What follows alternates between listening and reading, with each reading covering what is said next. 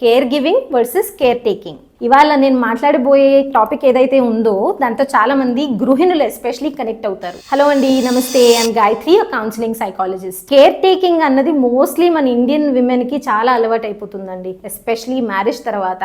మీరు యాక్చువల్లీ మీ దినచర్య చూసుకుంటే ఉదయం లేచిన దగ్గర నుంచి హస్బెండ్స్కి చేయాల్సినవన్నీ చేస్తారు, ఇంక్లూడింగ్ వాళ్ళకి టీ అందించడం, కాఫీ అందించడం, లేకపోతే వాళ్ళు తాగేసి వదిలేసిన గ్లాస్ తీయడం, వాళ్ళు బయటన కష్టపడి వస్తారు కదా అని ప్రతిదీ కూడా మీరే చేయడము. ఒకవేళ చేయకపోతే, ఇంట్లో అన్నీ మీరు హ్యాండిల్ చేయకపోతే గిల్ట్ పడిపోవడము. అలాగే చాలాసార్లు నేను క్లయింట్ సందర్భాల్లో మెన్తో మాట్లాడుతున్నప్పుడు మెన్ కూడా చెప్తూ ఉంటారు, మేము బయటకు వెళ్తాము, కష్టపడతాము, మాకు ఇంట్లో ఇంకా చూడడానికి టైం ఉండదు, so maximum parent teacher meetings కానీ, చదువులు కానీ, లేకపోతే ఇంట్లో అన్నీ కూడా తనే హ్యాండిల్ చేస్తుంది అని భార్యల గురించి మంచిగా చెప్తారు. బట్ ఇది మంచిగా చెప్తారు కరెక్టే, బట్ దాని వలన ప్రెషర్ పడుతుంది అన్నది గృహిణులుగా మీరు అసలు అబ్జర్వ్ చేసుకుంటున్నారా? దాన్నే కేర్ టేకింగ్ అంటారు. అంటే మీ గురించి మీరు అబ్జర్వ్ చేసుకోరు, మీకు ఏం జరుగుతుంది అన్నది అబ్జర్వ్ చేసుకోరు, ఎక్కువ శాతం అవతల వాళ్ళ గురించే ఆలోచిస్తారు, విచ్ ఇంక్లూడ్స్ పిల్లలు, ప్రాబబ్లీ ఇన్లాస్, పేరెంట్స్, హస్బెండ్స్, వీళ్ళ గురించే ఆలోచిస్తారు. మరి వీళ్ళందరినీ చూసుకునే మీరు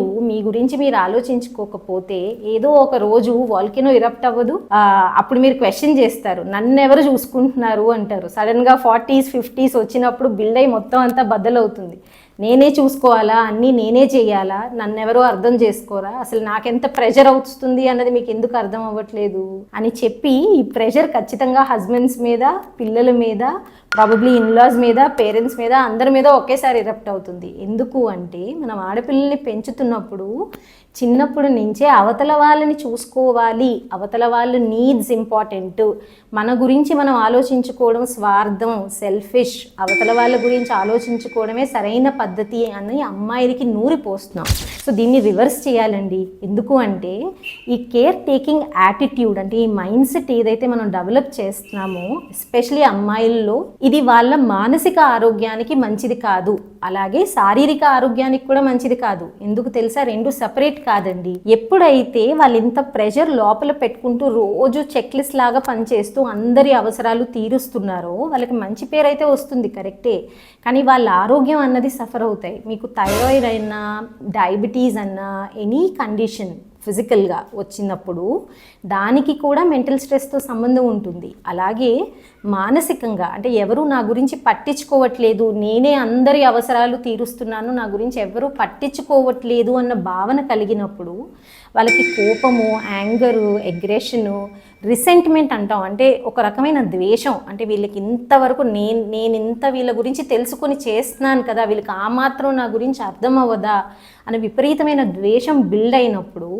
ఇంత ఎమోషన్ లోపల పెట్టుకున్నప్పుడు ఒక్కసారి ఆలోచించండి, మీ బాడీకి కానీ మీ మైండ్కి కానీ ఏం జరుగుతుందో. అలాగే మీ చుట్టూ ఉన్న ఆడవారి గురించి ఒక్కసారి ఆలోచించి చూడండి. సో ఇది రాకూడదు అంటే వాళ్ళు శారీరకంగా, మానసికంగా ఆరోగ్యంగా ఉండాలి, ఆనందంగా ఉండాలి. సో ఏ బాధ్యత అన్నా సరే ఆనందంగా చేయాలి, అది చెయ్యాలి అని చేయడం కాదు, లేదా అది సమాజ రీతి కాబట్టి చెయ్యాలి అన్నది మనం ఒప్పకూడదు.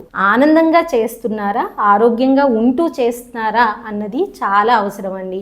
ఇది ప్రతి గృహిణి ఆర్ ప్రతి అమ్మాయి చిన్నప్పటి నుంచి అన్నా, లేకపోతే ప్రతి అమ్మాయి మ్యారేజ్ అయిన తర్వాత అన్నా బాధ్యతలను నెత్తి మీద వేసుకున్నప్పుడు వేసుకోవాల్సిన ఫస్ట్ క్వశ్చన్, నాకు ఇష్టమయ్యి చేస్తున్నానా లేకపోతే కష్టంగా చేస్తున్నానా?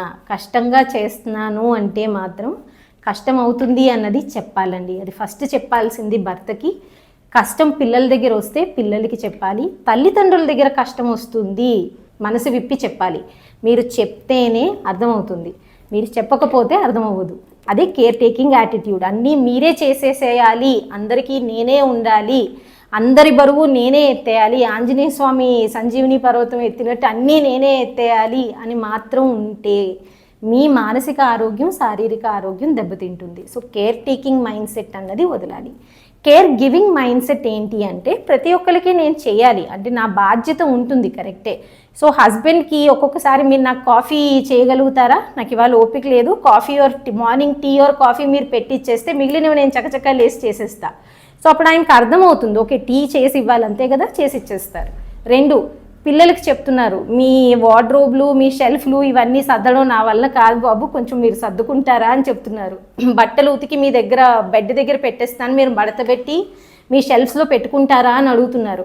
సో మీరు హెల్ప్ అడగడం నేర్చుకుంటున్నారు. అన్నీ మీరే చేసేయాలి అని కాకుండా సహాయం తీసుకోవడం అన్నది మీరు అలౌ చేస్తున్నారు. అప్పుడు మిగిలిన వాళ్ళు కూడా సహాయం చేయడానికి సిద్ధంగా ఉంటారు.